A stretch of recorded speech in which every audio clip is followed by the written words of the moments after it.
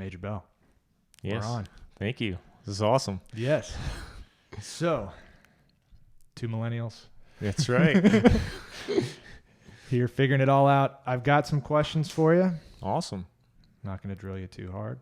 Yeah, I'm excited to be here and new experience for me. So been on with the Corps here with the Jacksonville District roughly about 6 months now. So How much have you learned in 6 months? learned a lot. It's very difficult. It's very interesting. It's completely different from what I've done in other assignments, and I've only had one other assignment with the Corps of Engineers. So this is a definitely unique assignment and challenging. There's a lot of stakeholders and a lot to learn about the system, and folks have been doing this for decades. So I'm kind of, jumping in feet first and trying to figure it all out and understand the dynamics and the politics behind not only locally but globally with what we're trying to do here in ecosystem restoration. What is your exact, I don't know if role is the correct word, because I see you personally as our representative here, like ambassador to the Corps, but in terms of function, title, what is your... Yeah, so the Jacksonville District's headquartered in Jacksonville, Florida, and within that hierarchy, there's a deputy at Jacksonville that supports the staff and team up there, and then Florida's unique with the land space that has to be managed, and I'm the deputy for South Florida. So Colonel Booth can't be everywhere with all the things he has to do, so he has deputies to be able to represent the Corps of Engineers and him for the public. So mainly we have a lot going here in South Florida, and I'm kind of that interface, as you said, kind of like liaison. Mm-hmm. It's better to come to me first than go straight to the commander.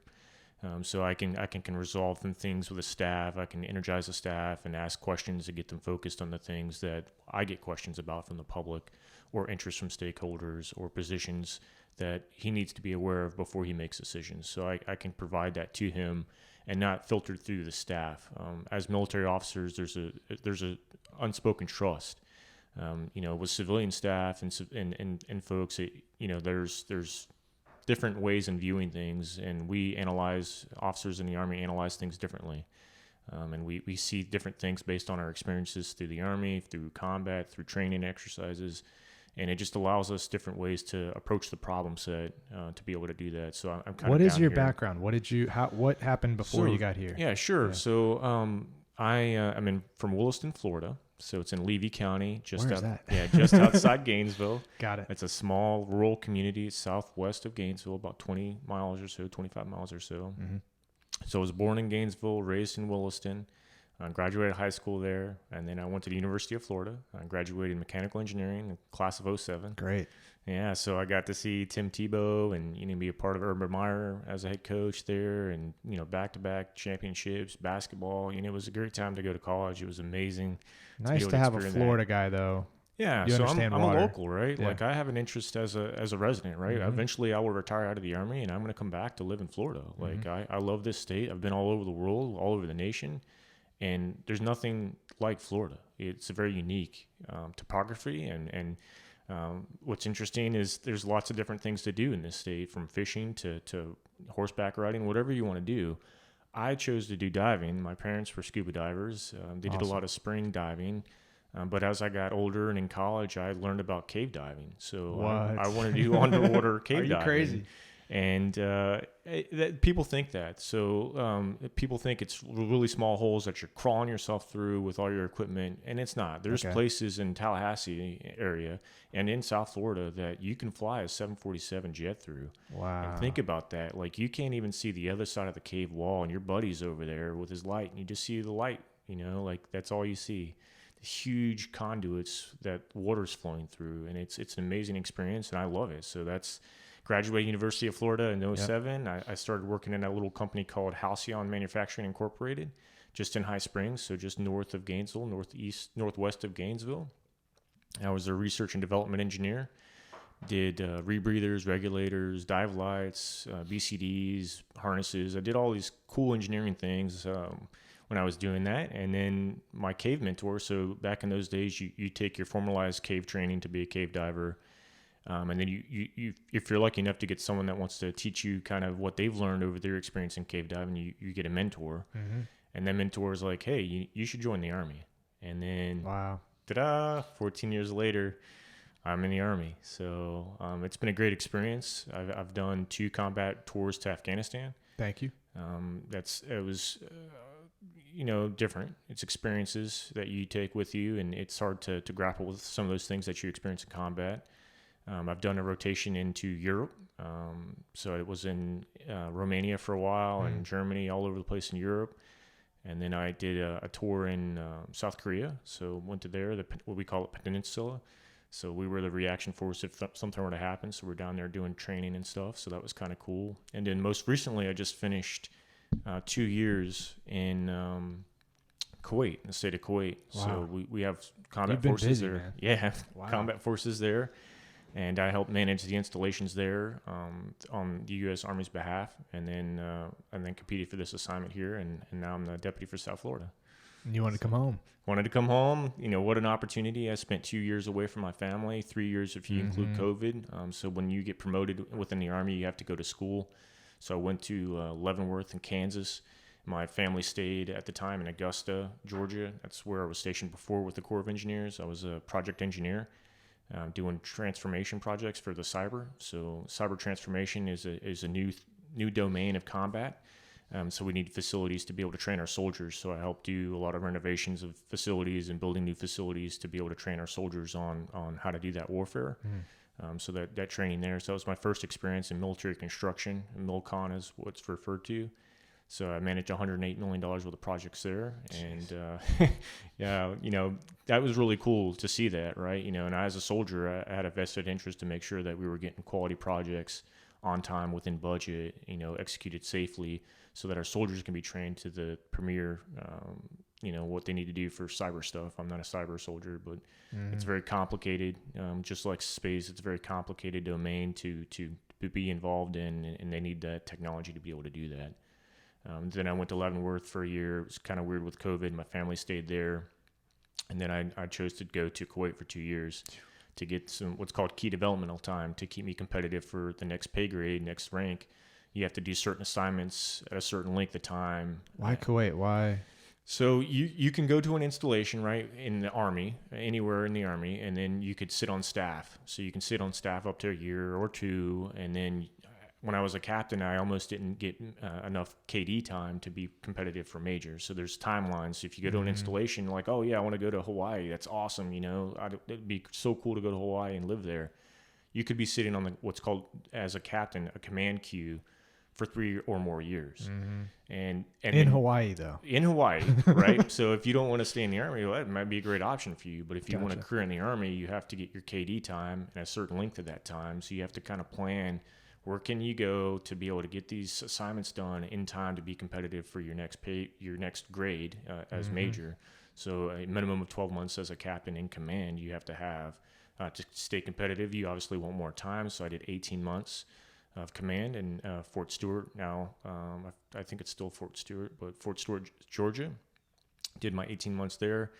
And then joined the Corps of Engineers as a project engineer, and then went to Leavenworth. And then, so why did I choose Kuwait? Like, I could go straight into Kuwait, into the area support group there, and I can get KD time. So I got my 24 months of KD time. You're not sitting, you're not wasting time. Yeah, you're not sitting on division staff. You're not waiting. You're not, have to deal with that. You get in command queue, you get your KD time done, and you can move right into your broadening assignment. This is a broadening assignment for my career. And that remains me competitive within my branch as an engineer, and then as a competitive category throughout the Army. So got to get your KD time done to stay competitive. So there's lots of different strategies folks have. I want to do the Army as long as I can, and to stay competitive, I have to do certain assignments. So your wife is a trooper. She is amazing. She's a soldier. Yeah. Man. So she is the heart and soul and keeping the family going, right? Yeah. So you got kids? Got 2 daughters. Yep, That's awesome. 4 and 8. So Congrats, it's man. an exciting time. It's the first time I've had Christmas in 3 years with a family. So this is, awesome. We got the tree up. The kids are super excited. Like it's kind of a different experience for me. So it's pretty cool to be back and to be back in our state. Like we love Florida. I met her in Destin, Florida. So, it's awesome. Like it's good to be home, and it's good to be able to make an impact locally within the state and within the community that I live in. So it's an awesome time. And you're making a big difference. I'd say the only thing more complicated than cyber or space would be water. It is Trying complex, to manage right? water. Yeah. There's a lot of different stakeholders, and it's there's Kissimmee chain all the way down to Florida Bay. It's complex. There's a lot of science that goes involved. There's a lot of interest. There's a lot of concerns, and rightly so. And it's difficult to manage it, but the Corps of Engineers, we're trying to balance all these different balls in the air, right? Trying to do the best we can with what we can do within the rules and regulations that we're allowed to do those in. And it's not easy, and there's going to be times we're not going to make people happy, and there's going to be times that we're going to make people happy, but it's really balancing everyone's interest and understanding what everyone's stake is, And I think there's a lot of misconception that the Corps doesn't hear folks, and we hear folks. I mean, like, you're here right now talking to me. Yeah, That's absolutely unheard right? of. Yeah, How many years absolutely. ago? 10 years ago, or whatever it was. I mean, this LOSOM process and how open you guys have been to dialogue and being involved is, not to flatter you, but just incredible. Yeah, it's about transparency, Yeah, right? I'm Like, blown away. if folks don't ask questions, we can't engage with them. So it's a two-way street. We have to communicate. We have to communicate effectively, but we also need to hear the concerns. And if there's something that we're not seeing, that's a great opportunity for the public to provide feedback. And that's the only way we can improve and make ourselves better as an organization and as a state, as a local. That's what we have to do. And we're all in this together. Water management is a complex science, and it takes all of us to figure out how to do this, to be able to try to do the best we can within the rules we have to play by. So, Do you see it as a larger update culturally from your boss, or just the Corps at large, or? yeah, so the Army, ebbs and flows, right? So the Corps of Engineers, I don't have a lot of experience in it. I had a 2.5 year, 3 year stint at Savannah District. I'm in Jacksonville District now, and every organization is different, just like every corporate business is different. Every culture is different. Every climate's different. And from what I've heard from folks, the civilian staff and some of the predecessors that I worked with, it's changed a lot. We're trying to be transparent. We're trying to make sure that, public can reach out. I get public emails all the time about WCA 3, the Water Conservation Area 3. That's hot right now. That's a hot topic. So if folks email me and like, hey, what are you guys doing? And they're not aware. Like, well, on November 16th, we opened the gates of S12s and the 343s to start flowing water out of there. So we opened that. It's a process. I know folks wanted to have it instantaneously, but again, we have rules. We have a process we have to follow to request a deviation. So those schedules for those water conservation areas were based on historical data, but things change. The environment changes. We've added water conservation areas. We've added improvements to Herbert Hoover Dike. We're adding reservoirs, we're adding STAs. So all these changing within the CNSF system affects how the water has to be managed. So we are looking at moving to a conditions-based release schedule, right? So that makes sense, right? As the conditions change, as the environment change, more water. If you have a hurricane event or a rain event, extreme rain, severe rain event, you need to adapt and change, right? So, and this is unique. I was in DC, I think on the 14th and 15th, and I flew back in for the climate summit that was in Miami. I flew into Fort Lauderdale. That's our offices in Palm Beach Gardens. So I flew up to DC for this task force meeting, South Florida Ecosystem Restoration Task Force meeting. I flew back into Fort Lauderdale, got in a government vehicle, drove south to Miami for the conference, and it was raining crazy, right? When I got to the hotel, I parked the vehicle and I was walking through, a foot of water to the hotel, and here we are having, the local county and city have pump trucks moving water around, trying to get water out of the way so people can go to work in the morning. Like, everyone's trying to do the best thing. And then the very next morning we got the deviation approved and we opened up the S12s, right? So like, it just unfortunately is a process. There's a checks and balances. We can't just go out and do whatever we want, so it's a process. For people who may not be aware, what's sort of that history of how we got here, right? Because now we're looking at all of this management and infrastructure, but for, folks who may not understand that history of managing the lake and this giant swamp that is Florida. Yeah, so that's great. Like, so the history of this area is unique, right? So it was traditionally a swamp, and then as the nation began to develop, we had people move in, and people decided to start agriculture, right? So you used to have citrus farms everywhere. I remember growing up, in Florida, you could go down to visit some folks and our friends in Inverness, and you just see orange groves everywhere. And that was a cool experience. And with that, now is a $1.5 billion agriculture industry that is the EAA, right? So back in the 1900s, had to drain the swamp to be able to use it to cultivate land, right? So, people put in canals and levees and started managing it for agricultural needs. When you produce produce, you need people to work the fields. That means people need to move down to South Florida. So here we go. We're starting to grow. Okay, so now we get to 1920s, and we had some hurricane events. So naturally, Lake Okeechobee is the second largest lake in America. It's the largest lake in Florida, freshwater lake, and before humans came along, it would, fill up with rain events and then overtop and then flow into Florida Bay naturally, right? Slow process. And then we had a hurricane event in 1926 and 1928 that lost 2,500 lives. So the state got, hey, we need to figure this out. What do we need to do? So they authorized through Congress. So the state got with Congress and said, hey, they did the rivers and Harbors Act in 1930 and say, hey, Nice. Corps of Engineers, can you guys figure this out? So sure. So we embanked the north and south, reinforced those north and south of the lake. And a few years later, 1947, we had another hurricane event. And the dam held, the levees held, but it still had a lot of flooding. So that gave birth of the Central and South Florida project, CNSF project, you'll hear, and that came under the Flood Control Act of 1948, right? So that kind of like started all that, and with that came 5 project purposes, which is flood control, right, water supply, navigation, recreation, and the preservation of fish and wildlife, right? And when you say these points, right, I think this is important. Those 5 bullet points sit where?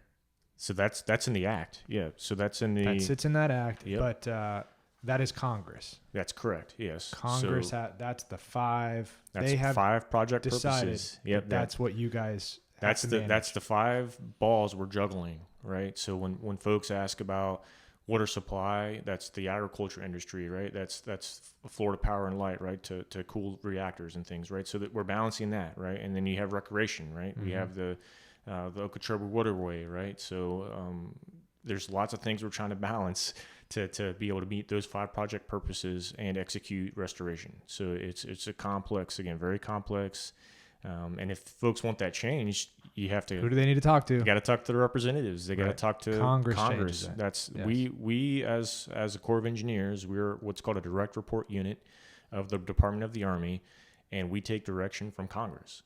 So there's the Assistant Secretary of the Army of Civil Works, Mr. Connors, directs us to do things. Congress directs us to do things, and that's what we do. We follow the rules. We take direction from those folks. I can't take that from county commissioners. I can't take that from state officials. Right. It has to come through federal channels, right? So that comes from DC down to us. So that's how it kind of works. How does LORS and with LOSOM coming affect that? Is it sort of put on top of those 5 or working with those 5 from a management standpoint, right? How does that plug into, and I want to get into the difference of LORS versus LOSOM, but just generally with those 5 points, how does LOSOM interact with those? Yeah. So as we have more people coming to South Florida, now we're at 9 million people, right? So water supply, that's a huge component of that. And as we bring features online, like the C-44 Reservoir, STAs, C-2324, C-43, we're bringing these features. I'm going to refer to those as features. As we're bringing these projects online, it changes the system, right? The CNF system So from the Kissimmee Lake all the way to Florida Bay, that's kind of the CNSF system project. So when we change something within those boundaries, we affect that, and we have to look at that. So the last time we looked at that was LORS 2008. We looked at that, and we had a lot of science and engineering involved, and we take those 5 project purposes, we manage them, look at those lenses. Congress says, hey, can you relook this? You made changes to the system. Is it like strategy versus tactical? Is LORS more tactical and the 5 are strategic kind of thing? Yes. Okay. Yeah, that's a good way to think about it. Okay. Like those project goals is what Congress told us we have to look at.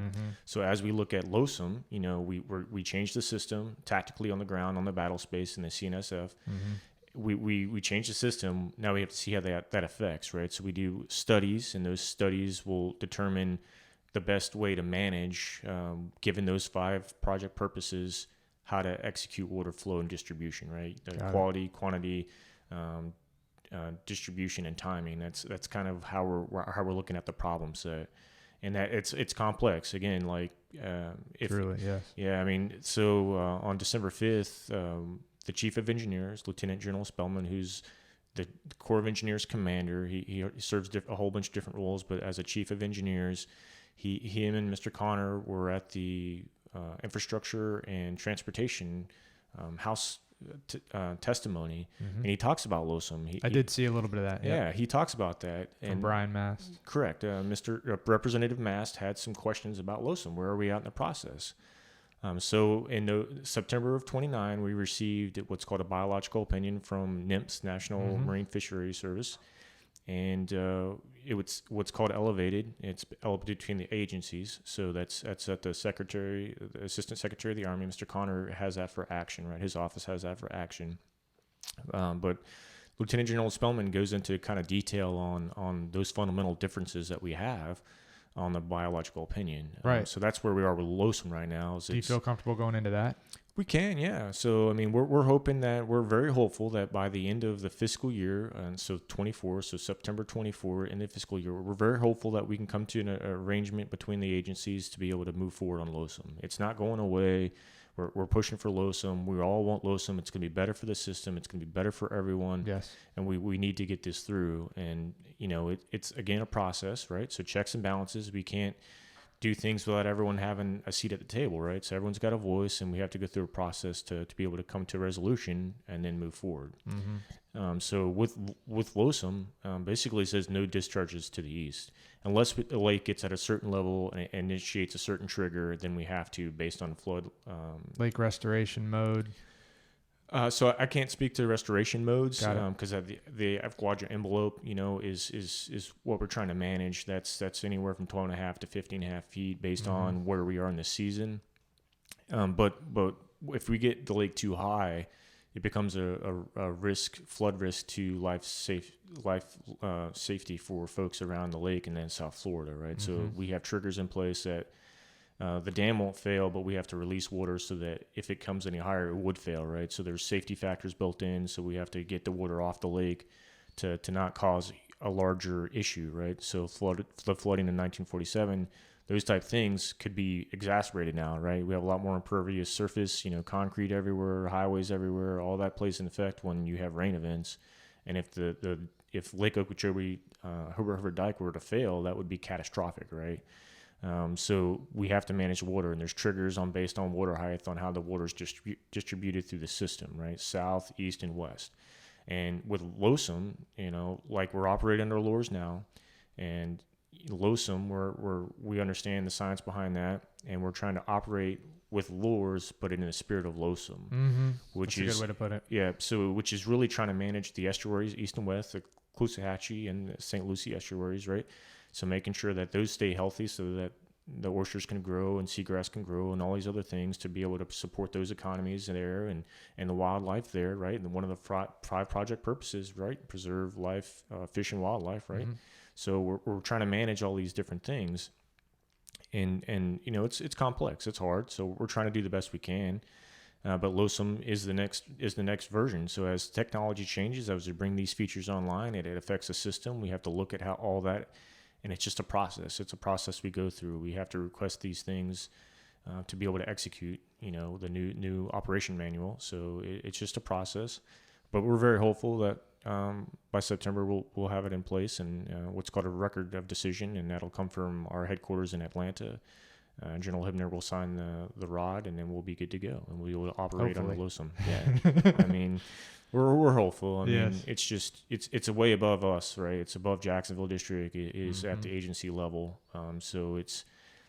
I know that folks want it now, right? And it's Of course, hard, right. but yeah, so instant gratification. But we're trying to manage all of our stakeholders and to do the best we can. And if people have a voice, make those through your representatives, make those folks in DC work and help you get that through if that's something you want. And if it's something you don't want, you can tell them that. And then we take direction from Congress. With regard to nymphs, some of that nuance with how it was being characterized versus how you guys see it.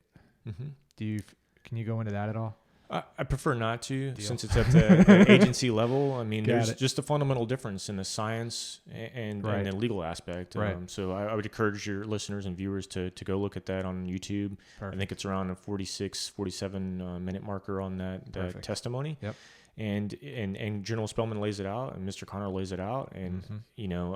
I don't want to speak on the details, but they kind of lay it out. And that's there's a fundamental difference. And it can have huge impacts on how things are viewed, not only within CNSF, but across the nation and the world as we do things around the world. So, But we're optimistic by September Absolutely. we'll be able to have that sorted out. yes. Yes. Yeah.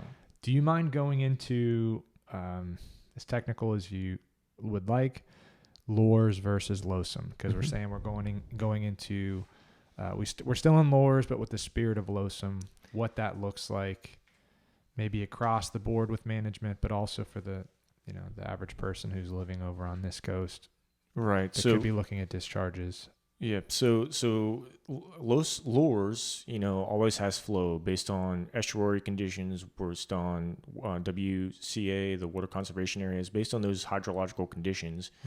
It's just not we're not the only player. The Corps of Engineers isn't the only player. There's South Florida Water Management District, right? They're our key state sponsor and stakeholder that we work together with to manage water. But they also work with local counties and cities. So it goes all the way down to local municipalities on water management, because there's things that the city owns, right, for canals and structures and things. And there's things that the state owns through South Florida Water Management, and there's federal structures that are owned and operated by us. So it's very complex. But with lures, it says if you're at this level, at this condition, do X. Right? So it says push water out of the lake. That's what it will tell you to do, right? So push it east or west, and if you can send it south, send it south. So as we're bringing these STAs online, as we're changing the system, bringing these features online, and these structures online, this is old stuff, 1940s, 1950s, 1960s, like that stuff's got to be renovated. That stuff's got to be maintained. Our science changes. So all these things have an impact. But generally it says send water east and west. So what we're doing right now, at 10 o'clock, I'll get an update on Lake Okeechobee status. You could actually pull it up online through the water management page, and it'll tell you the current conditions of the CNSF and the lake height there. So we're targeting to the west through the Caloosahatchee. We target a 2,000 release pulse, so that keeps that estuary healthy. So there's a lot of coordination that goes behind the scenes between South Florida Water Management District, counties. We look at the science and the salinity levels to make sure these estuaries aren't going to be damaged with releases, right? So we're managing, all these 5 project purposes in the Lake O management.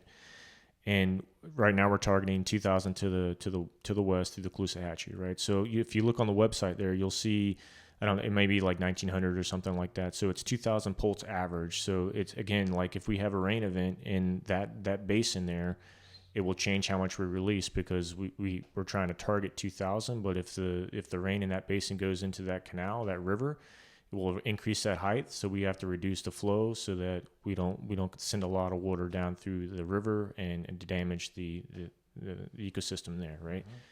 And into the east, right now we're releasing 0. And under LOSOM, we will release 0 until we hit a certain trigger and the lake gets too high. And if it gets into that area, we have to send water equally through everywhere, south and east and west. And you can look on, you can see how that works. It's complicated. So like as the WCAs are getting full of the water, you can't move much south, right? And then there's the EAA project that's going on around the Everglades agriculture area just south of the lake, that we're building reservoirs and STAs there as well, to help move water south, right? But these unfortunately takes time, and construction is difficult. As many of us know, Florida is very unique, where in one place you can hit, karst topography, limestone, and 5 feet next to it, you may not hit it for another 30 or 40 feet. Mm-hmm. So it's very hard to construct these features, but they're ongoing. A lot of this construction is ongoing. And as these things come online, we can be able to move more water, treat it through the STAs, storm treatment areas. So there's subaquatic vegetation in there that pulls out the nitrates and the phosphorus, and it goes through cleaning, and it gets cleaned to a certain level by the state, and then it's then released through these things, kind of like the C-44 that's on the east. So the C-44 is approximately 2 by 3 miles at a depth of 15 feet. And, the originally authorized to accept C-44 basin runoff. Okay, so that within that watershed, right, rainfall will fall into the C-44 canal and get moved from the C-44 canal into the reservoir to pull that water off, treat it through the STAs, and then re-released back through the C-44 and eventually out S-80 through the St. Lucie Lock and Dam. So, it's very complex, right? So everyone's like, well, can't you just move water into the C-44 off the lake? That's not what the project was authorized for. So if you want us to do that, you have to engage your representatives to have that re-looked at, and Congress can say, hey, it makes sense. Here's a capability. They can do that. But until we have direction, that's not what the purpose of C-44 Reservoir is. And that the purpose for that is to take the C-44 basin runoff and treat it before it's released, because the agriculture in that area creates a lot of phosphorus for that, which can be devastating to the estuary. So what is so as you would characterize it, LORS versus LOSOM, the primary difference is, just for the average person who's working. Okay. Flexibility, yeah. Would that be the best way to characterize it? Yeah, operational flexibility on how we manage that. Where before it was, you hit this number, you do this. Yeah. So based on hydrological conditions, we will send X amount of east, X amount of west. Right. That was kind of the mentality with that, the way the system was operated back then. It's less reactionary. Yeah, this is a very more like how this year we got them earlier. Yeah. So correct. Right. So it's timing and distribution. So we just completed the renovation and rehabilitation of the Herbert Hoover Dike last January, and what that allows us to do is to manage the lake at a higher level.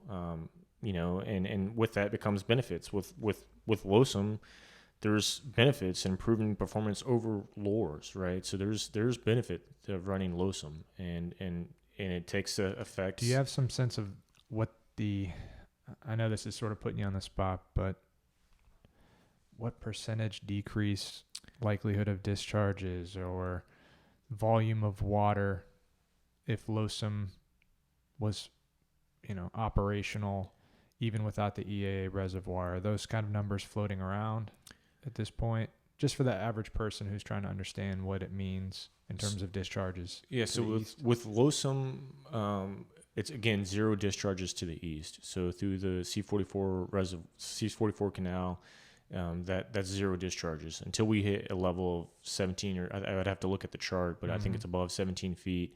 Then we have to send flows to the east through the estuary. So now what we're trying to do is, before under LORS it was depending on it'd be 650, or it all depends on the hydrological dependencies, right? So it could be 650, it could be 450, it could be 1100. I mean, so on the chart it shows you, like, based on the hydrological conditions and the height of the lake, where you send discharges through the east and west, right? It didn't take in effect or account all these other things that are online now that we're doing. So it's kind of old school. 2008, that's a lot has changed since 2008, so we did a study in 2019, and now we're looking for LOSOM, and LOSOM operates completely different. mainly looking at sending east flows to the west and to the south, and trying to maintain the estuary here in St. Lucie, because it's a different.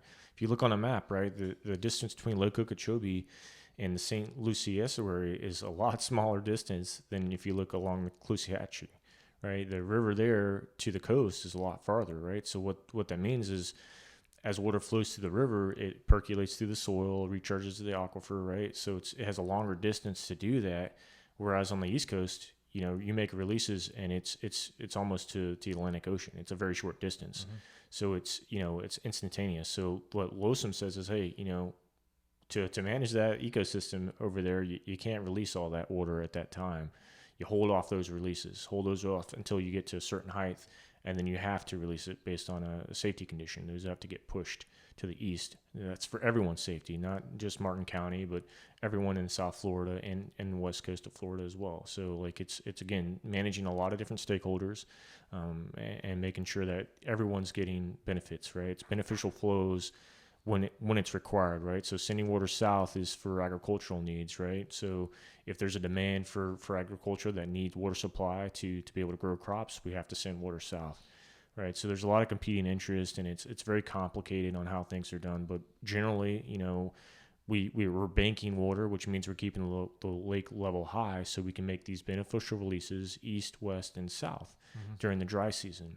So, it's so we have a wet season and dry season. So the wet season typically is the beginning of May, and we finished this year, I think, in October was the wet season, and now we moved into dry season. So this is the drier portions of Florida. It's kind of an unusual year with El Nino, right? Correct. So it's supposed to be a wetter dry season. So yeah. So you're also competing against nature, right? So and nature has a vote. So and NOAA has released their prediction for an El Nino effect. So and now what that means is an increased average wetness during the dry season for us in Florida.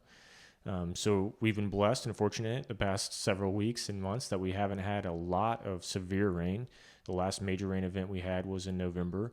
We've had little showers, but nothing, out of the norm, right? So above average. So, but all that plays into effect on how the system is managed, because if it rains, we see that in the C-44 basin, right? That water begins to rain, that gets flowed to the C-44 canal. We have to manage that canal at a certain height for navigation purposes, for life, health, safety purposes, and we have to push water. So a lot of things, the S308 isn't a pump station. It can't back pump into the lake. It's a gravity-fed structure.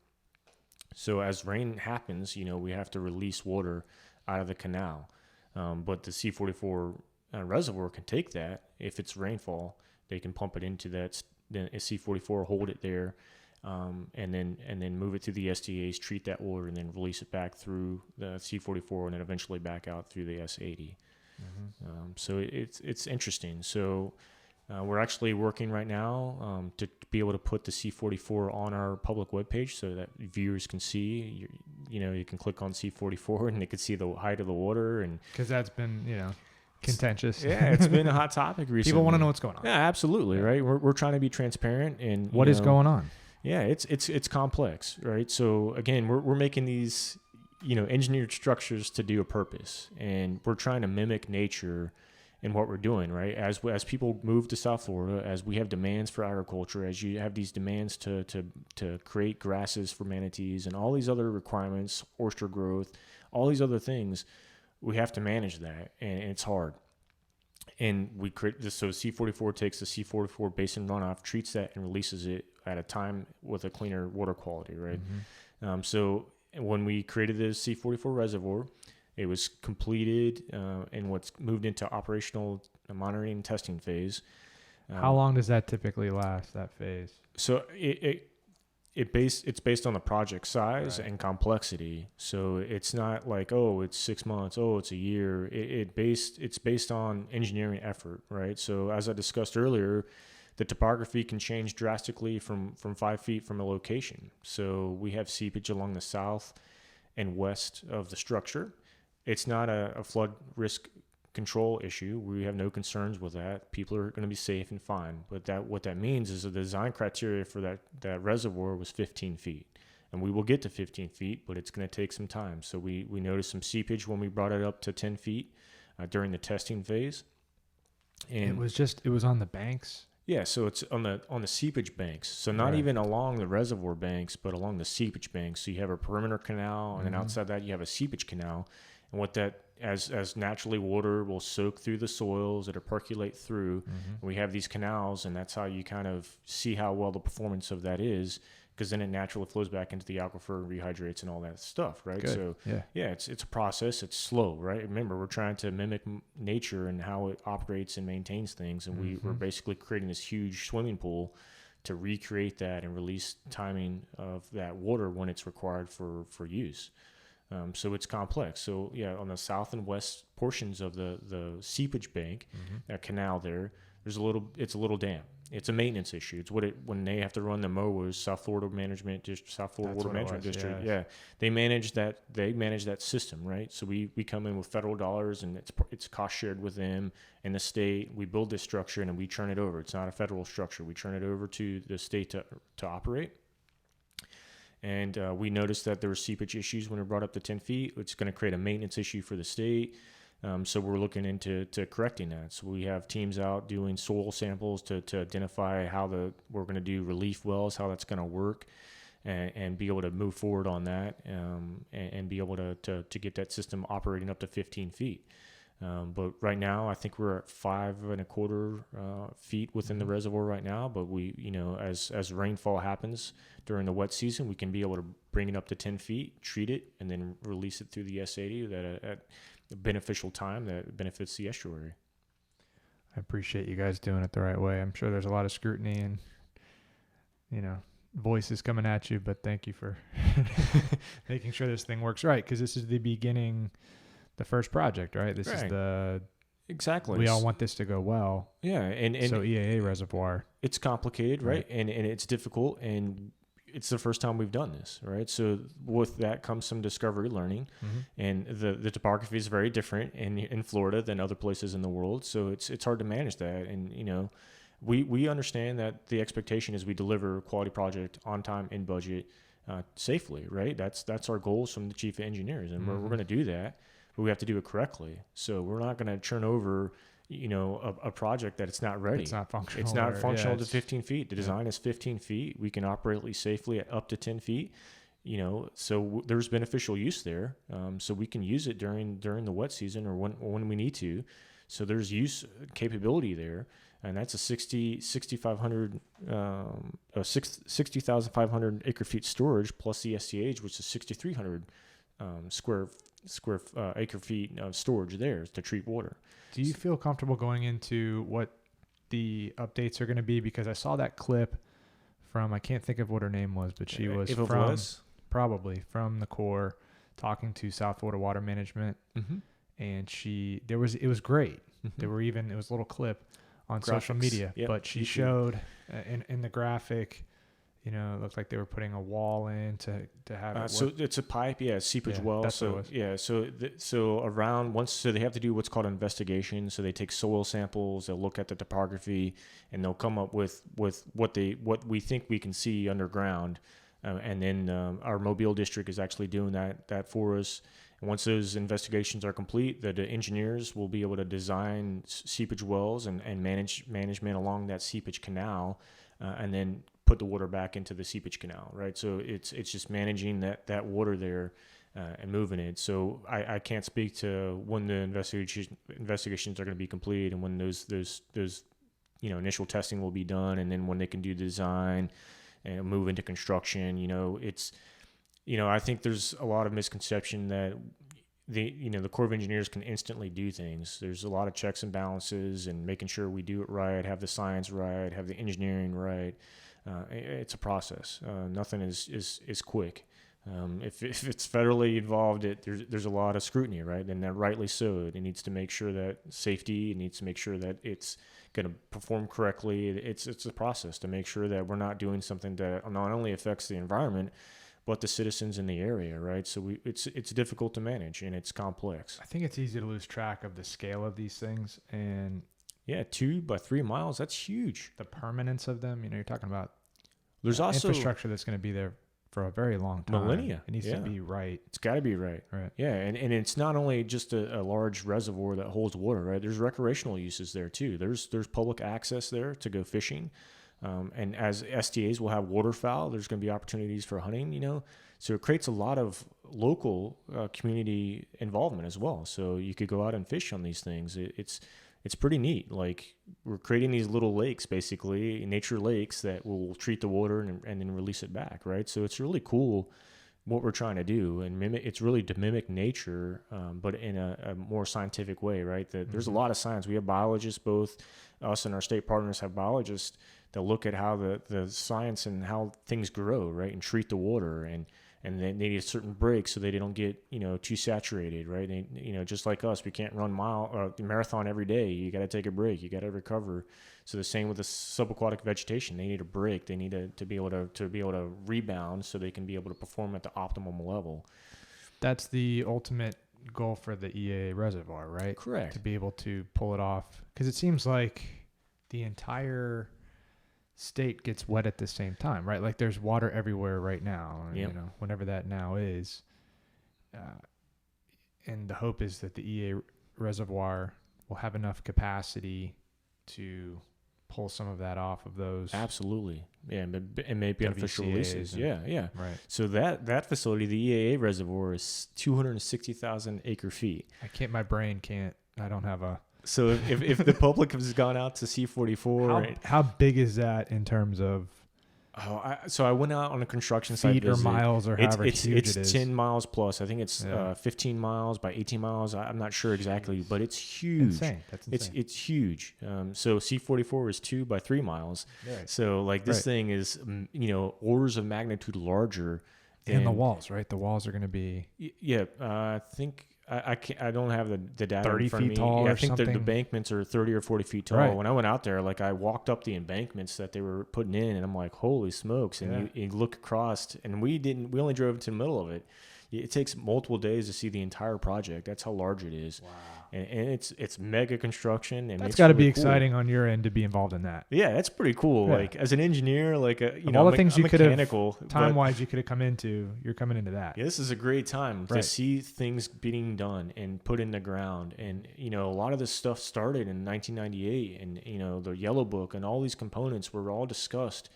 But right now, Congress is, hey, we're invested in the Everglades restoration, the river grass. We need to do this. So they're invested, and with that comes appropriations and then funding, and then we can construct these things, right? So it's a process, like everything else, you know. But here, these things were envisioned in the late 90s, and here now, 2023, we're getting after it. We're getting some construction done. So it feels like more's happening now than ever. Yeah, I've been paying attention to it. Yeah, it's so happening. Yeah, even though it's taking forever, it's also happening very fast somehow. Yeah, last year, 2023 fiscal year, we spent approximately $1.4 billion in ecosystem restoration, right, in the program here in the CNSF. And it's only going to grow, right? Mm-hmm. So we have this thing called an integrated delivery schedule that's available online that viewers can go look at. Mm-hmm. And it projects out what we're going to spend with stakeholders, so that state has a part to play in that. DOI, another government agency, has a part in that. We all come to the table to play. And we have a whole list of projects on there that the CNSF will go after fixing the Everglades. And, you know, and it shows the projection of how much is going to be spent. Like the federal government is spending a lot of money trying to get this right. And total in programs so far, we spent $24 billion. So we've made the investments, right? So it's a process, and it's complicated. There's lots of, you know, interest, right? We not only do we have the citizens of Florida, but we also have the tribes of Florida, right? They're sovereign nations that we're trying to support as well, right? So they have reservations, and they have needs, and they have concerns, just like the citizens of Florida do. But they're sovereign nations, so it's a little bit different, you know, to be able to manage that. So there's lots of different stakeholders, and it's very complex, and, you know, we're trying to do the best we can with the tools we have to be able to do the best for everyone.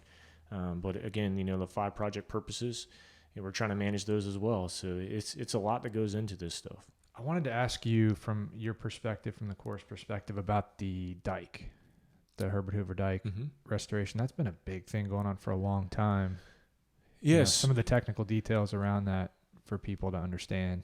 Yeah. So we started building it in the 40s and 50s, and it came online, and now we can safely manage lake levels and make these releases, and as things change, technology changes, right? But with anything mega structures, anything like this, you have to do maintenance on those things. So there was noticing erosion under the dike embankment walls.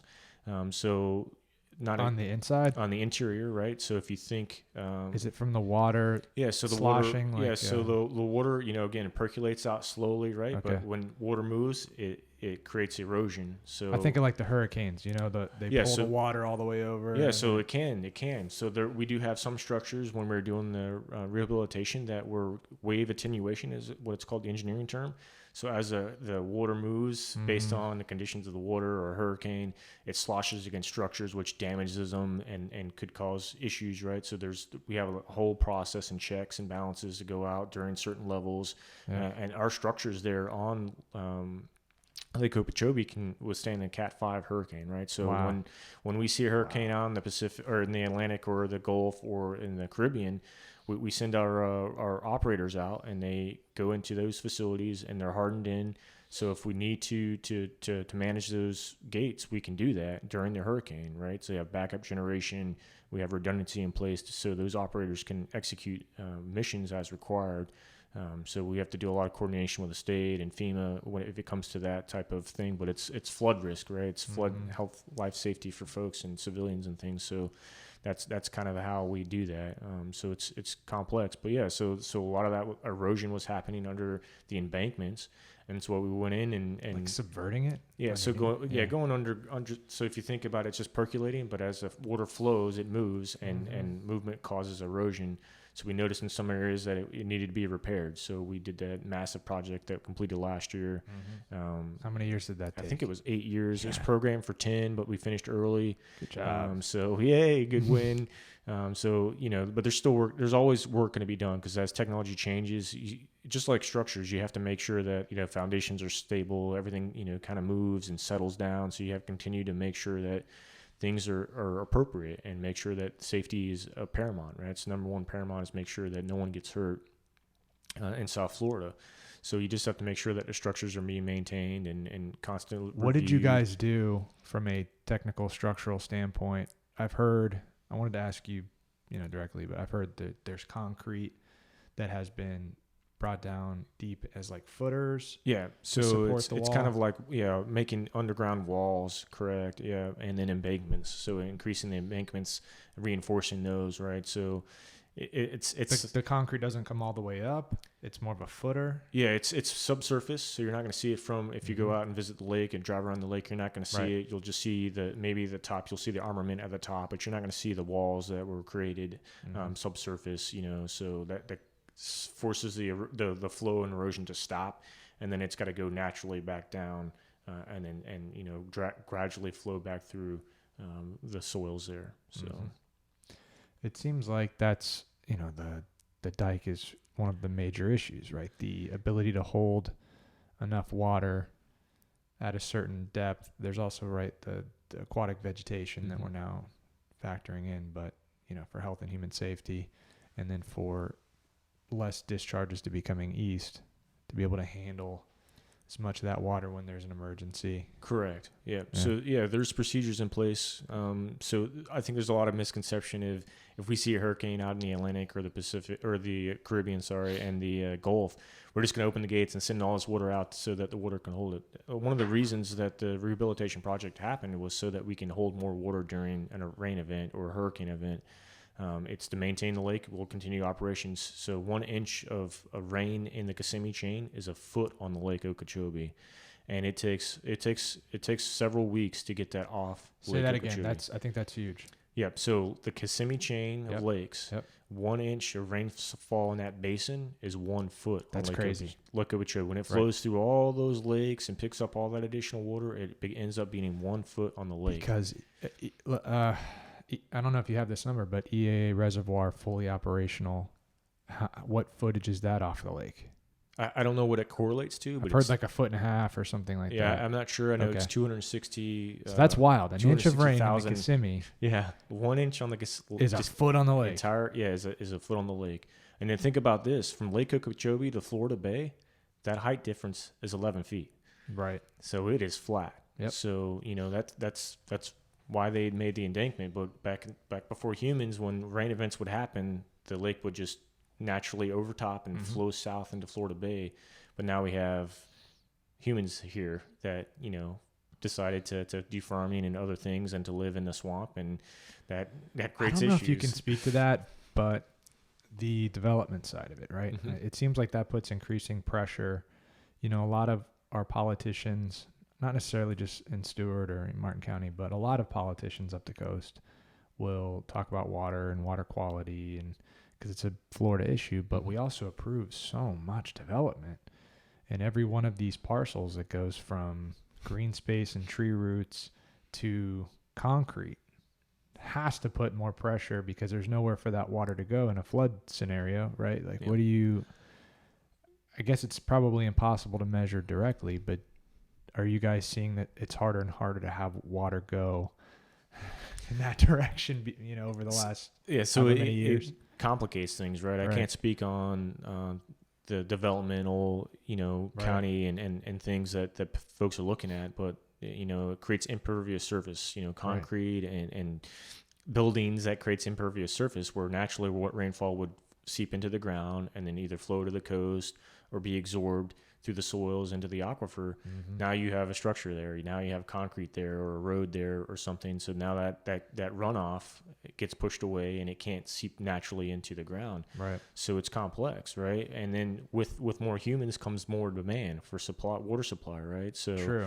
That's where one of the project purposes, right, is water supply. So as more people move to Florida and South Florida, it creates a lot of complexities, because we're trying to manage these 5 balls, right? And now we have to have water supply issues with South Florida. I remember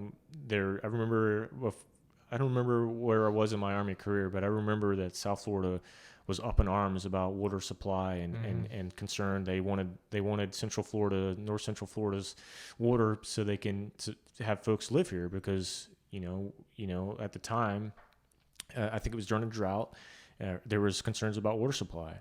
And that's one of the project purposes, right? So the CNFS system is to provide water supply. So if the lake is really low, we can't send water down to rehydrate for folks to have water. That creates a huge problem for 9 million people that are living here.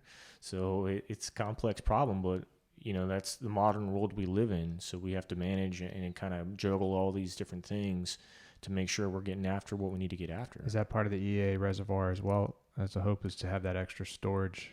Yeah, it's a capacity for those purposes as well. So yeah, if we have high lake, right, and we see that projection, NOAA's going to it's going to be a severe drought with these reservoirs. Load it up. Yeah, with these reservoirs, we can take advantage and have these available, have acre feet available, and then make those beneficial releases to the system, and that will rehydrate so folks have water supply. So it's gonna. I know we want it now, right? That's kind of how we operate. We want it now, but as these structures come online, we can fill the reservoirs up, and then as we go into a severe drought, we can manage those water levels. South Florida Water Management can water those discharges out, and then rehydrate the aquifers so folks have water supply. Right? Yes, I think not to speak for anybody, but the average human being just wants it to work. You can have it fast, cheap, or done right. Yep. We can't have all three. Yeah. It's a balancing act. So it takes time, but it's done right, and it solves these problems that we've been plagued with here for 100 years anyway, and all these other problems. Yeah. I mean, it's worth it. So the Corps of Engineers, a good way to think about the Corps of Engineers is we are the engineer firm for the nation.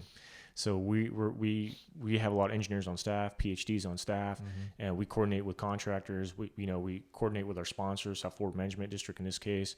So we coordinate, but we build America. And when we build these huge civil works projects and infrastructure, we want to make sure it's right so they last for decades and decades and decades. Herbert Hoover Dike started in 1938, right? Here it is today, 2023, still operating safely and effectively. Yes, we have to do renovations, but that's a normal part of any project, right? So bridges have to be maintained, roads have to be maintained. These things don't last forever. There's wear and tear. There's a design criteria, and that has an effect when a long time use of highways have to be repaved. Concrete has to be reinforced. There's these things that engineers we take into account, and our practices of engineering methods. That's what you have to do. There's a design criteria, and we're going to meet those. But it's a process, and there's a lot of checks and balances, right? So we're spending a lot of money. Congress wants to make sure that we're getting what we delivered that they said they wanted. So they've got to be kept in the loop as well. With regards to the north side of the lake and storage, what's sort of brewing up there? So we have the C-23, C-44 Reservoir and SDAs as well. So those are actively under construction now. And what that will do is allow to be able to treat water in those basin areas and then release those into the Indian River Lagoon. So South Florida Water Management is actually cutting a canal right now to connect the C-23-24 to C-44 so they can move water between those. Nice. So that way, if those are at capacity, they can shift water down. If C-44 is at capacity, they can move water north so that those areas have water supply, agricultural usage, beneficial uses for those folks there. Because it seems like, all of Florida's booming, right? There's people landing, but especially north of the lake, Orlando, there's so much development happening there. And all of that water is what ultimately lands in the lake, slowing that down, storing that, treating that before it lands in the lake. Less water and clean water makes the management of the lake much easier. So that's part of the objective. Yeah, there's projects north along the Kissimmee. So we just did the Kissimmee restoration, river restoration, right? So do you mind going into that a little bit? Because that's great. Yeah, so I don't have a lot of the details on that, but I know that their South Florida Water Management District specifically is what's called a LOCAR. It's the Lake Okeechobee restoration north of that. So component A. So they're looking at building reservoirs and STAs north of Lake Okeechobee along the Kissimmee chain there. And it serves kind of the same purpose that C-44, C-23, 24, C-43 out west will all do. It's based on those conditions, be able to pull water off and then treat it and then release it back, right? So the water quality issue has come up. A lot of folks like, well, Corps of Engineers, you cause water quality issues. No, volume, not quality, right? Correct. We control distribution under the 5 project purposes, and water quality is not one of those. That's a state function. So again, hold on. I'll say it so you don't have to say it again. The quality of the water in the state is not the Corps. Correct. Right. So when we're Florida talking about Department BMAPs, environmental protection, talk to your state representatives if quality is the issue, which Correct. it is. Absolutely. Like I can't speak as a federal Corps. I can't speak to the water quality. You move the volume. I can move the volume. The state's responsible for having to be clean. Yeah. So it's quantity. There's 4 aspects to look at: quantity, quality, distribution, and timing. Right. We can control the distribution and timing. And quantity. I can't do anything about water quality. And I think it's important because I do think you guys catch a lot of flack for that. Unnecessarily, because maybe, the average person doesn't know that. Yeah. I mean, maybe, we live in an interesting society, right? Technology has changed rapidly in our 40 years of life, right? And having information available can be misleading. Is it accurate data that you're receiving? Is it some AI that's feeding you information because that's what your history says on your search engines? It's complex, and making sure that people are informed correctly and from the source to be able to provide they can make their own decisions, right? But I'm available. People email me, I respond. It may take some time, right, based on the questions, because I'm fairly new, but I will do the best of my ability to get the answers to those folks that reach out to me. I do get that sense from you that you are authentic, you're genuine, you want to help, you are digging in, you're sharp, and like I said, you're here to help. Yeah, I mean, Yeah. it's all of our problems, right? So we're all in this together. This is a team event, right? It's not the Corps of Engineers. We it's all not, live here. We all live here. I want to retire here eventually Yeah. one day, right? Like we love our state, right? And we love the aspects that we've had through our Where do you childhood. live? If it's not too personal, not your Yeah, house so- number, but like yeah, what so part I- of the So that's a great question. Yeah, so Nice. I'm in South Florida. So our office, the Corps of Engineers South Florida office, is in Palm Beach Gardens. There you go. You live here. Live here, Yeah. right? And I live in Westlake, which is out off of 98 and Pratt and Whitney out Yeah. there. You live here. Yeah, so just north of Wellington. So I'm a local. I'm from Gainesville. I grew up in Gainesville area. I'm from Williston, Florida. A small rural town that's based in agriculture. That was our industry. And I'm just as much as concerned about water quality, quantity, and distribution as everybody else. For right? you and your kids. Yeah, absolutely. Like this is an amazing assignment that I've got to be not only back in the state, be able to see these construction sites and be involved in ribbon cuttings and things. And I took my family out to see the Everglades, and my kids have never seen the Everglades. That's awesome. It's an amazing experience. And what do they see? Alligators. What do they get to see? Manatees. Something they've never experienced. And we've been all over the place in America, and they have never experienced this thing. Florida is unique. We have lots of different. The only place in the world that you can have alligators and crocodiles co-living in the Everglades, right? These What is it, ecosystems. the Amazon of the U.S. or something Yeah, like that? this is complex stuff, and it's very unique. But we all have a part to play in that, right? As a local, as a citizen of the state, and as a federal partner, like we all have a part to play in that. We're all team players. We're all trying to be able to be informed and make those decisions that is best for everyone, not one constituent or Right. one stakeholder, right? So it's a broad approach on how we're trying to approach that. And I have a vested interest, and I think folks need to understand that. Do I agree with everything we do? Personally, I cannot, right? But I am bound by rules and regulations to follow what I'm told to do. That's why I chose to put on the uniform, right? So I follow the rules and policies that are told to me, but personally, I may agree or disagree based on that, right? So a lot of folks struggle with that, but when I go cave diving, I'm not worried about, the politics and things. I want to expend that time in the aquifer by myself or with friends and have some fun, right? So, you got to separate that. Like, I don't take it personal that folks kind of grill us and put us in the spotlight. That's part of it. You should hold us accountable, right? But I don't take it personally. Am I upset? Yeah, I get kind of frustrated because I understand that we want it now and we want the benefits now and we wanted it yesterday. I understand that, but I can't do that. I can't influence that change. It takes a lot of momentum, and these things, remember, have been in the yellow book for decades. You being willing to talk, you being at these Rivers Coalition meetings, which you are, to your credit, is a huge part of that. When it at least feels like, man, these guys are listening. They sent this guy over here to come get feedback, to bring up the chain. That's important. Absolutely. So, I think it gives a lot of grace and softens, along with LOSOM and the hope for a better management schedule. It's all sort of working together for good. And generally, it's well received over here. People feel that the Corps cares more. So to your credit. Yeah. Yeah. Well, I appreciate that. I mean, it's a struggle, right? We're trying to You have an impossible job. Yeah.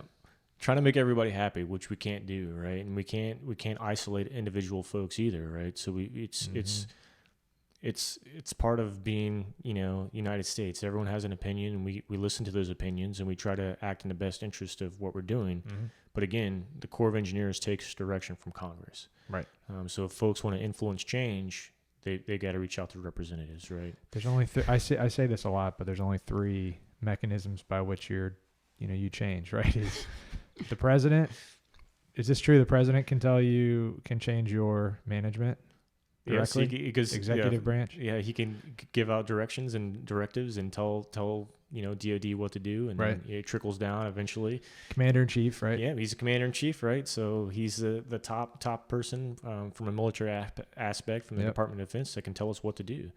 So that's one avenue, yeah. So if anybody knows Joe Biden, so president, commander-in-chief, Congress, and then a federal judge. That's sort of the 3 mechanisms by which you guys get amended, Yeah, right? guidance and stuff, right? So, there's lots of changes in interpretation of laws, right? So that kind of feeds on how we operate and how we view things, right? We have lawyers on staff, right? Just like any engineering firm, we have lawyers that say, hey, this is a determination, this is what we can operate in, and this is kind of the flexibility or not. If we don't have flexibility, it really puts handcuffs on us, right? Right. So we can only operate within the rules we're allowed to play in.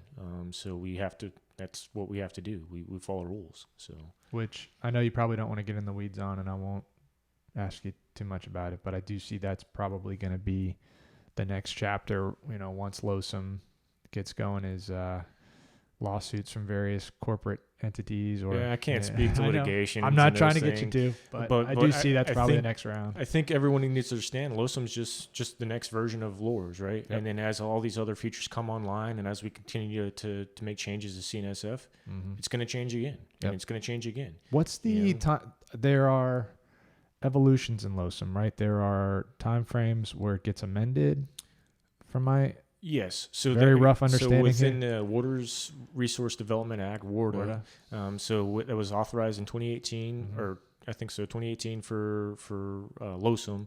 And within there, it says how many, you have to go look back at it, right? Now we're in a heavy construction right now. All these things are being done. So that's going to have a rapid change on how it's being managed. Or you reevaluate it every 10 years or something. I'm winging this. I can't speak. I can't speak to the exact details on that, but it's going to keep improving. Yeah, it's going to keep being evaluated. Right. Yeah, and then it'll be changed. It'll continue to change and refine as we get more technologies and understand how growth works in these STAs. We can kind of manage that as these things happen, and we can kind of manage better. So it'll get better eventually for a longer time, and we'll get a better streamlined solution on how things are managed and operated to both estuaries, East and West Coast. So we got to remember there's St. Lucie estuary, which we're concerned about too, but there's also the West Coast as well. So Colossassee estuary is important as well. Cape Sable and those things have oysters and seagrass and all those things as well. Which I've heard. We're not sure if that bird exists. Oh, I can't. I know speak you to can't. The birds. I'm being very cheeky. Yeah. So there's lots of different things that go in effect, right? And then Florida Bay as well, so all these estuaries we're trying to manage, and the Florida Keys and all these things. It's all connected, interdependent, and interrelated. So it's really complex. The reason I ask about revisiting it is from the development standpoint. If let's say it's 10 years, I'm just making this up. Let's say it's 10 years. You'd almost have to have a way to revisit and reevaluate, depending on how much, COVID happened, and now Florida's getting a lot of new humans. Yep. Who knows what happens in the next 5 to 10 years? How could you possibly? I'm sure you have a lot of PhDs and smart people that are looking at numbers. How could you possibly anticipate even what's happened in the last few years with the number of humans that are moving to Florida with water management, right? Like all of that additional concrete, how that's going to change water flow, water supply, I would imagine use, this is out of my scope, but I would imagine the more people that are in Orlando, the more concrete, right? That's more stormwater moving south faster into the lake, right? So how do you possibly... Yeah, as you stated, it's not 10 years. I think that's probably not the correct number. But every few years, we reevaluate and resharpen our pencils and get into the science and the mathematics behind things and continue to refine how we manage the water, right? And a lot of the locals have a play in that too, right? So the local water management districts, along with South Florida Water Management District, we all have a part to play to do the best we can to manage the water features that are available, right? So retention ponds you'll see in communities as new subdivisions are created. You'll see these natural reservoirs. They're the same thing as a C-44, but within a community, that you're able to capture all that runoff from the impervious surface from roofs, concrete, right? All that stuff gets flowed in there and it's held. And if it gets dry, you see it start to seep through the soil, naturally going back into the earth. So that's kind of what we're mimicking with these large engineered structures. And with that, it's new sciences, and it's complex and complicated, but we're doing the best we can given what we know, and we'll continue to refine and make these products better for everyone, for the state. You guys are able to measure, obviously, how much volume's coming in, how fast it's coming in. and make those adjustments as we're going forward. Correct. So Lake Kissimmee right now is below schedule Due to development. Yeah, so all that runoff gets flowed from Orlando into the Kissimmee Lakes, right? And we help with South Florida Water Management District manage those levels, right? We watch those regulation schedules up there, and we're all below schedule right now, so we can adjust flows to manage flows into the lakes. So if you go to the water management slide, our website that's available to the public, it'll show the inflows into Lake Okeechobee, right? And you'll see the outflows as well, and it's updated daily. So those live structures on there, you can see when they're flowing water east and west and, south, and what's coming in from the Kissimmee Lakes. So I need you guys to put together some sort of diagram, video, some sort of metrics that separate from weather events to sort of distinguish in terms of development pressure, so that your average commissioner, councilman can see that there is a relationship between, increased stormwater and what we're building. Yeah, I mean, it's at least in Orlando, maybe. Yeah, it's interesting to think about, right? Yeah, like, and I think that's another thing that people probably don't understand. When we have localized rain events or severe rain events like we had in mid-November, we have to do something, and we have to make a decision quick. So it's complex, right? Especially the hurricanes. That was pretty wild. The back-to-back hurricanes and how much water was in that Kissimmee chain. Yep. Yeah, so St. Cloud last year. Were you involved at that point? No, I was still in Kuwait at that point. I didn't come crazy. online with the district until the first week of August, the last week of July. Pumping water and moving water. Yeah, so St. Cloud, they were moving water around, right? And that was a team effort between the federal agency and South Florida Water Management District and the local government there, and they made it happen. They brought in some pumps to move water out of the way, so not to flood out St. Cloud, right? And saved. I don't remember exactly how many homes, but I think 14,000 homes were saved because they were able to move this water and work together fast, quick. Yeah, fast, quick. And that's a great partnership, right? South Florida Water Management District and then the Corps of Engineers, we have assets that we can help out. And along with the local governments as well. So, it's all, again, like I said before, we're all one team. We're all trying to do the best we can and support each other within the rules we're allowed to play by. So we're at about an hour and 15, hour and 16 here. Is there anything that from your end you would like the public at large to be aware of, to be thinking about, that you would like to leave with us? So, yeah, if you guys think we're doing a great job, if the public thinks we're doing a great job, then, let us know. Let your representatives know that you're on board or not on board, and make your voice heard, right? And that's another avenue if you don't want to come to us directly. Again, folks have emailed me about WCA3 and issues there, and I provide what I know the best I can. And again, what's a good way for them to get on our website, of you or contact you? Yeah, so on our website, there should be a South Florida page, and then our contact will be with our corporate communications office. Got it. And they can reach out to them.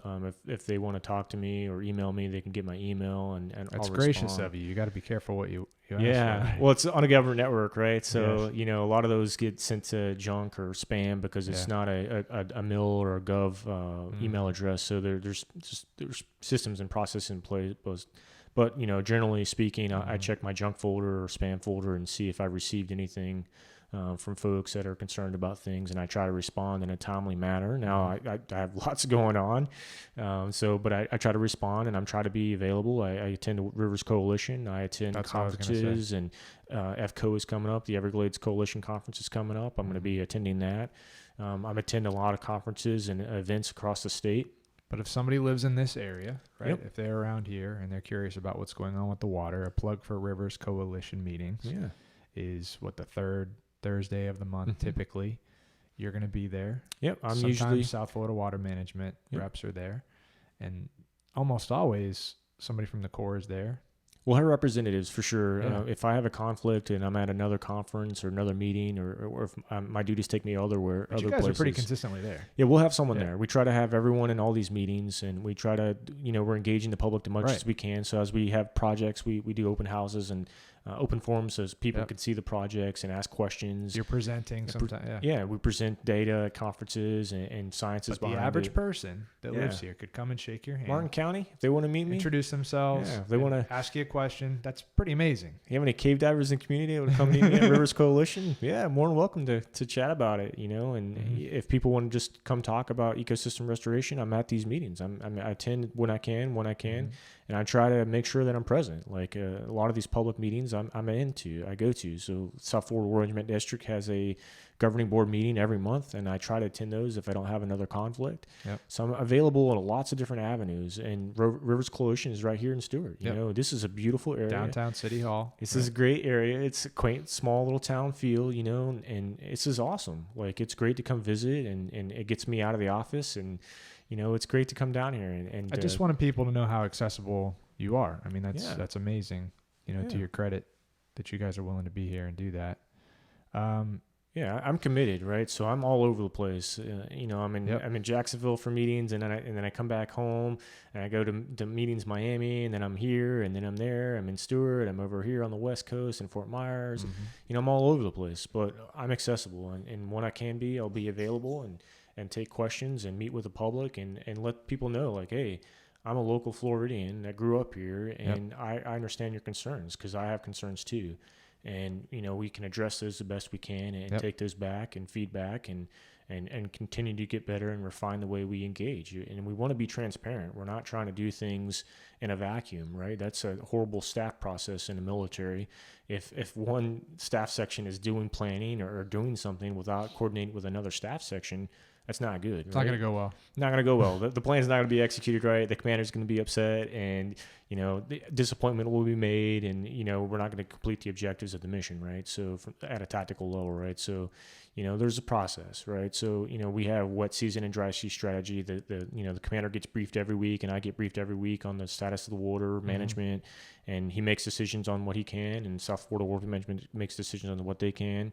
You know, so we're doing the best we can. There's staff processes involved, and we try to be transparent about what we're doing. And if we were going to have a large release to the east, I will reach out to Commissioner Collins and say, hey, I'll get you on here. We'll talk about it. Yeah. Hey, this is about to happen. You know, like, the water level's at a high level, and we have to send water somewhere, and we're going to send water to the east. You know, and it's not that we want to, but we have to. This is why. Yeah, right. There's life, health, safety concerns, and we have to get moved water off the lake, and everyone's going to get it. Everyone's going to get it. It's just not going to be Martin County. It's going to be everybody in the system. And not just when there's a crisis. Let's talk about what's going good, right? Absolutely. We got projects coming online, you know. So we got some river cuttings coming C-44 up. reservoirs evolving, you know, whatever. Yeah, we got a whole bunch of great stuff happening. So we got ribbon cuttings coming up. We got South Florida War Regiment District, I think on the 19th, have a ribbon cutting for a pump station. And in January, there's the SDA and the EAAs coming online. So, like, there's all these great things that are happening, and I'm gladly can come on and discuss those and give everyone an update on kind of what we're looking at. It's kind of perfect how it landed to where your 3 years kind of starts while I have 3 years left in my seat. So we'll work together and it's awesome. Continue to be talking. Thank you for doing this. Thank you for sitting down with me and being willing to share with everybody that will watch this what's going on. So, no problem. Thank you for having me. It was my pleasure. My first time doing a podcast, a webinar. You did great. This is pretty cool. This is pretty awesome. So thank you so much. Yeah. Awesome. Well, we'll see you in the future, and keep up the good work. And again, thank you. Thank you. Yes, sir.